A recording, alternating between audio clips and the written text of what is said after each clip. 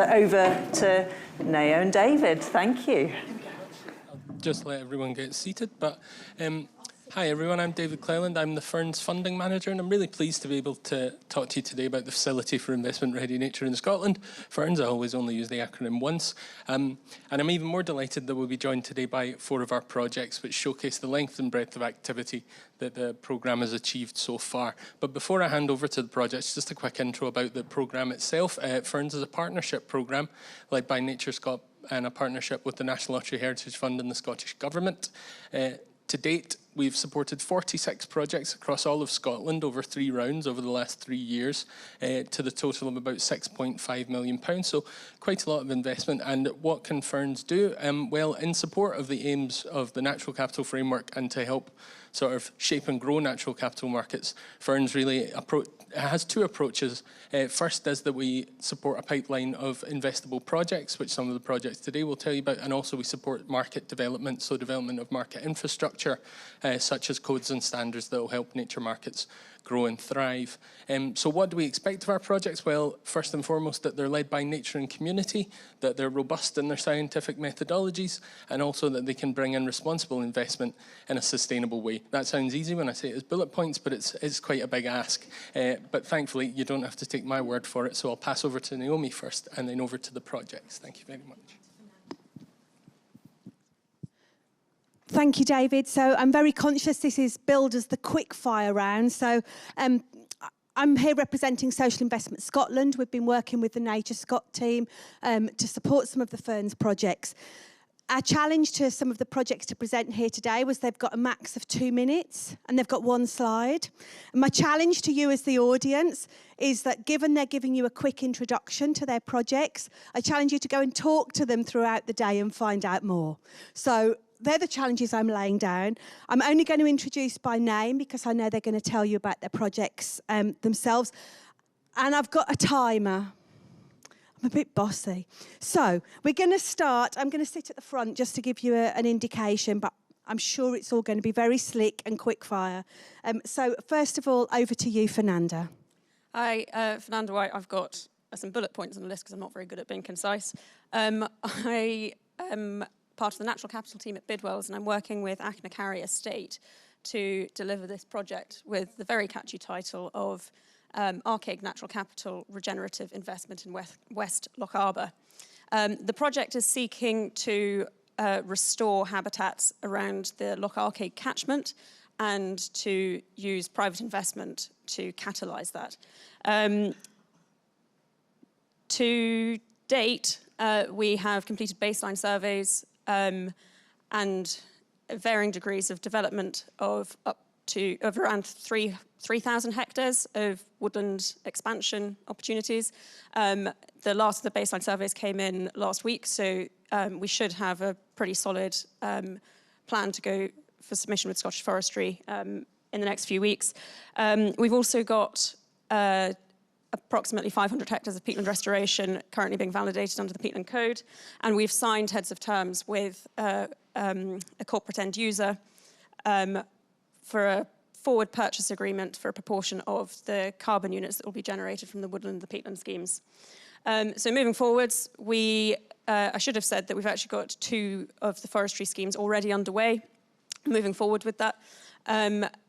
And we now need to secure the funding to deliver the remainder. So we, to date, FIRNS funding and the estate's own investment have got us to the, have helped us to develop the project to this point.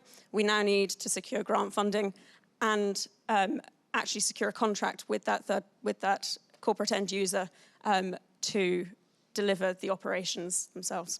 That's it. Thank you, Fernanda, and well within time. Straight over to you, William. Thank you. Can I stand up? Yeah. Is that all right? Thank you. All right. Well done, Fernanda. Put your hands up if you're from Moray. Okay. What do we have? 3. Early start.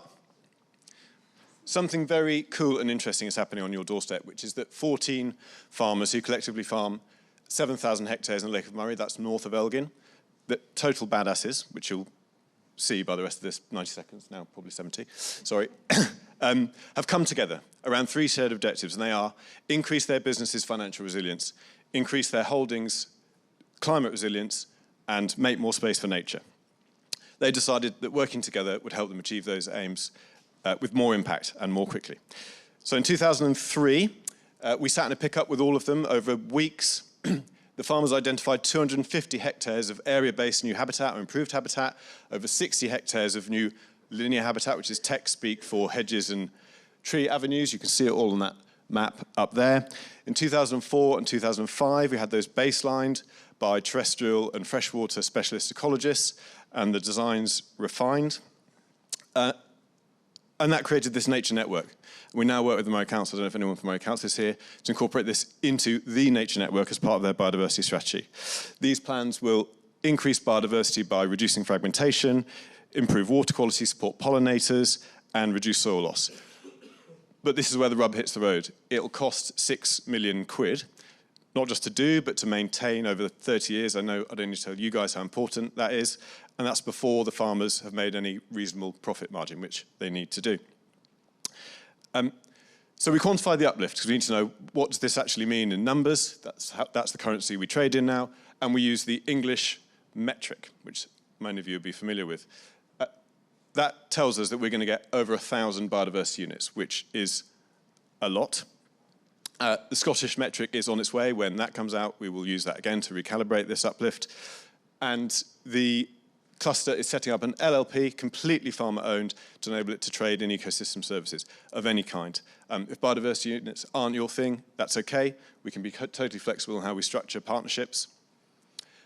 If you've got an interest in Murray's nature and climate resilience, or you just want to support the work of the cluster, we'd love to hear from you. Brilliant. Thank you, William. And next we have Emilie. Hello, I'm Emilie Wardhaugh. Welcome to the whistle-stop tour of the River Annan Restoration Project. The River Annan Restoration Project is a catchment-wide river restoration project. We were driven by to increase the biodiversity and climate resilience of the River Annan catchment in a sustainable way, in a way that can be replicated in a cost-effective way, basically. We have an established partnership with the local District Salmon Fishery Board. We have reinvigorated the River Annan Trust to act as the body for selling and trading of biodiversity credits and ecosystem services. We have 9 sites at the moment across the whole of the 800 kilometre squared river catchment. This portfolio of sites has been developed in partnership with our established partners, local community groups, local environmental charities. All of these have had a big part in the consultation process. We have over 100 hectares of riparian restoration, 5 kilometres of wetland and woodland planting so far. These 9 sites involve 4 pilot sites, which are shovel-ready, ready for investment, and a further 5 pipeline sites, which are still in the detailed design and development process. We are still in talks with current landowners across the catchment, further landowners across the catchment, to give us a bigger portfolio of sites, and these talks are going really positively. We have been currently doing a lot of community engagement and community involvement, going into schools with education projects and planning community events to sort of increase our community partnerships and get that knowledge really on the ground so they can understand what's going on in the river and how they can get involved. That is all I have to say. We do have a project website at the top there if you'd like to know more, and I'll be around all day. Thank you. Fabulous. Thank you very much. It's great to see that we've got these projects that are here and ready to be invested in as well. So hopefully you'll make those connections during the course of the day. And our last presenter today is Renée.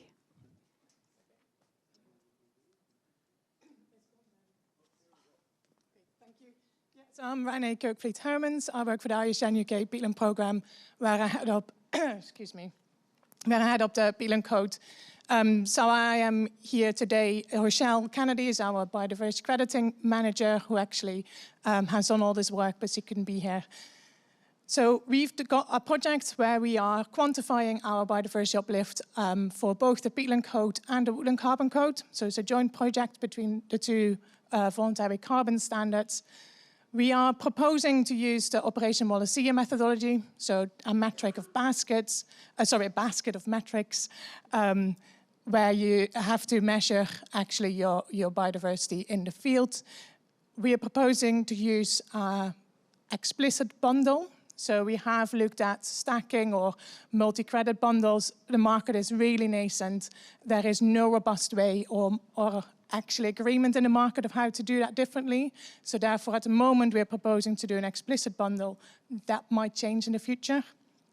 And for peatlands, we are also looking at a standalone biodiversity unit where for areas where they're currently not eligible for carbon. So where either we don't have the scientific evidence to use carbon, so for bog restoration, polluter or where your peat is too shallow to actually get carbon credits as well. We've got a webinar coming up next week, next Tuesday, the 24th. I should have put a QR code on there. I forgot, I'm sorry.